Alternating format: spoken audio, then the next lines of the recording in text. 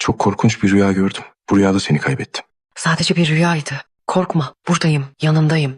Her şeyi kaybedebilirim ama seni kaybedemem. Uzak Şehir dizisinde Sadakat, Boran Ecmel'le birlikte olmasın diye Alya'ya çok büyük bir çıkmazı sokacak. Ayrıca Alya'nın Mardin'den gitmesi için zorlayacak. Zerrin bebeğinin yaşadığını ilerleyen bölümlerde Demir'den öğrenecek ve Zerrin bebeği için Demir'e geri dönecek.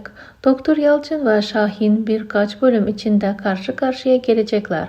Bulgarlar içinse 3 oyuncu ile görüşülüyor, yakında diziye dahil olup Boran'la buluşacaklar.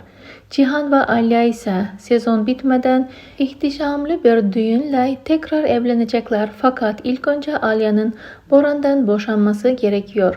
Boran ve Alya'nın boşanması ise çekişmeli olacağı için boşanma uzun sürecek.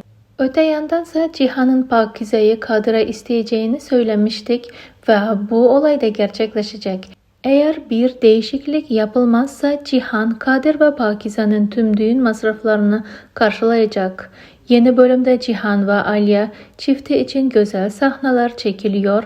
Zerrin'in bebeğinin yaşadığı birkaç bölüm içinde ortaya çıkacak. Ayrıca gelecek bölümde Zerrin Demir'in tüm şartlarını kabul edecek ve Demir Zerrin'in Kaya'dan ayrılmasını ve Baybars konağına geri dönmesini isteyecek. Boransa gelecek bölüm öyle bir şey yapacak ki Alya çok zor duruma düşecek.